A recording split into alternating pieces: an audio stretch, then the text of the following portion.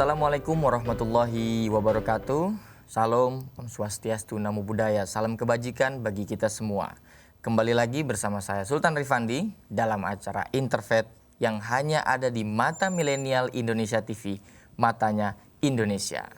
Pada kesempatan kali ini kita akan berbincang-bincang terkait dengan kerukunan umat beragama, dan pada kesempatan kali ini kita akan berdiskusi bersama dengan tokoh agama Konghucu.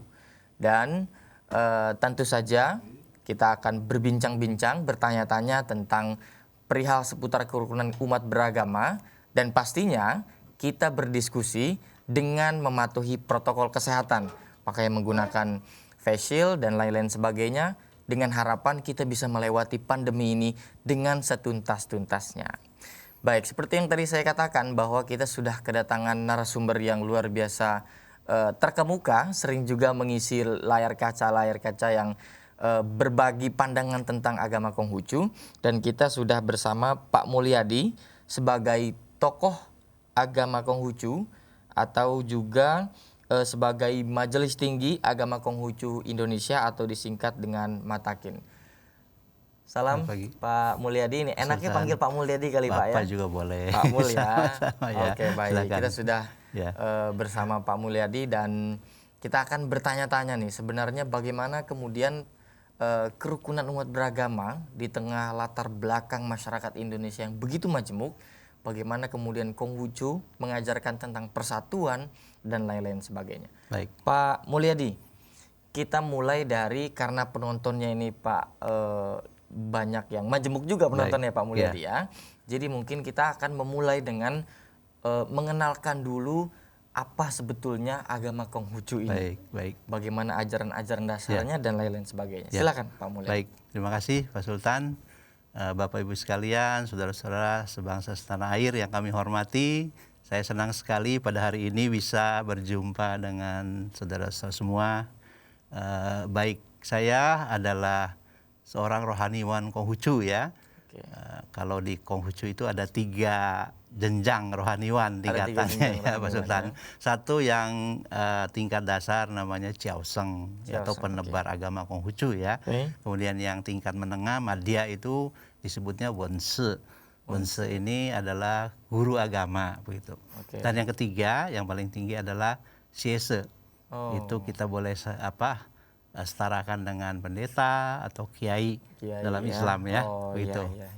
Baik, karena memang agama Konghucu ini sebetulnya sejarah agama Konghucu masuk ke Indonesia itu ya sudah lama ya, seiring dengan datangnya orang-orang Tionghoa, migrasi tentu ya ke berbagai negara, termasuk juga ke Indonesia. Nah, yang pasti sejarah agama Konghucu itu sudah tercatat sekitar tahun 1900 saja sudah ada diterbitkan atau ada lembaga Konghucu pada waktu itu ya, yang sudah memulai juga membuat menerjemahkan kitab suci dalam bahasa Melayu kuno ya, bahasa Indonesia itu bahasa Melayu waktu itu ya. Artinya sudah memang ada. Ini datang dari Tionghoa ya, dari Tiongkok. Ya, mereka migrasi ke sini tapi bukan untuk menyebarkan agama Konghucu. Mereka datang ke sini ya mencari katakanlah penghidupan yang lebih baik. Karena pada waktu itu kan Tiongkok ini perang terus ya. Zaman kerajaan-kerajaan itu berperang sehingga mereka migrasi lah begitu. Dibawalah katakanlah adat istiadat, kepercayaannya termasuk agama Konghucu.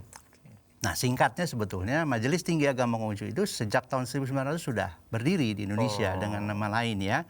Waktu itu namanya adalah Persatuan Kung Chiao Hui. Kung Chiao Hui itu ya Majelis Agama Konghucu yang kita kenal saat ini, begitu secara singkat ya. Kalau secara aktivitasnya, kemudian tupoksinya, secara kenegaraan, Matakin ini seperti apa kira-kira? Baik, latar belakang pertama tadi saya sudah jelaskan ya. Awalnya didirikannya lembaga ini untuk pendidikan pada awalnya. Kemudian berkembang, jadilah lembaga agama yang kita sebut Matakin saat ini. Matakin. Nah, itu sudah berganti nama berkali-kali. Terakhir tahun 1955 ditetapkan menjadi Matakin, Majelis Tinggi Agama Konghucu Indonesia.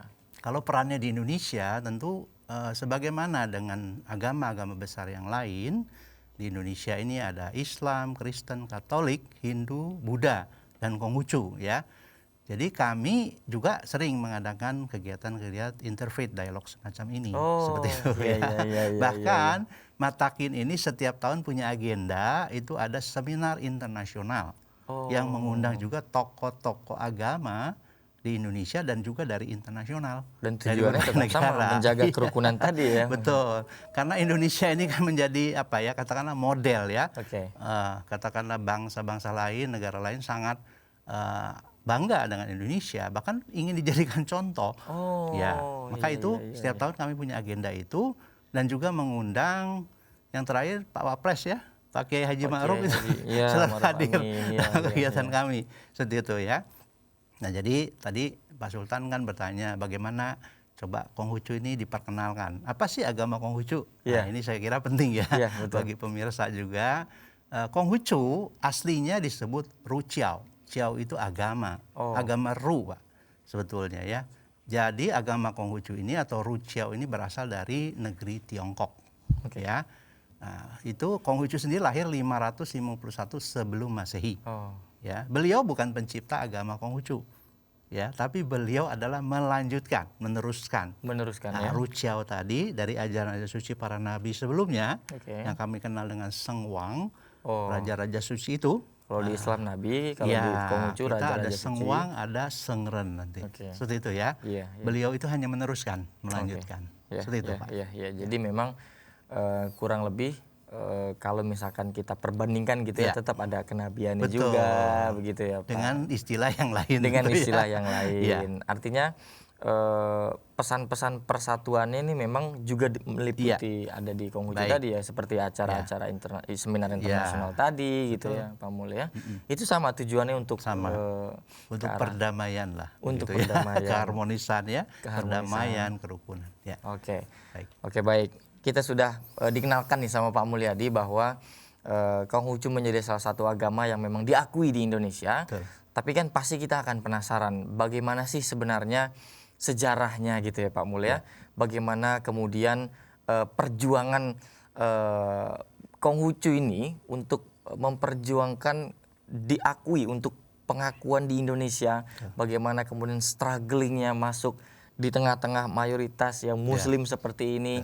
Tentu saja itu kan menjadi hal yang harus kita ketahui gitu ya Betul. Pak Mulya, karena Baik. mungkin kita nggak tahu bagaimana kemudian perjuangan Pak Mulyadi untuk menyebarkan agamanya sampai bahkan sekarang diakui dan boleh ditulis di KTP gitu ya Pak Pendidikan Mulya. boleh, Di sekarang pendidikan juga diajarkan. boleh, diajarkan. Perkawinan pun Perkawinan akhirnya juga dicatat. dicatat secara gitu ya. Konghucu. Sebelumnya belum berarti, Pak? Sebelumnya memang ada kendala. Wah, ini Nanti kami udah jelaskan. di spoiler nih. Tapi tunggu dulu Pak Baik. Mulyadi, karena mungkin kita akan break terlebih dahulu.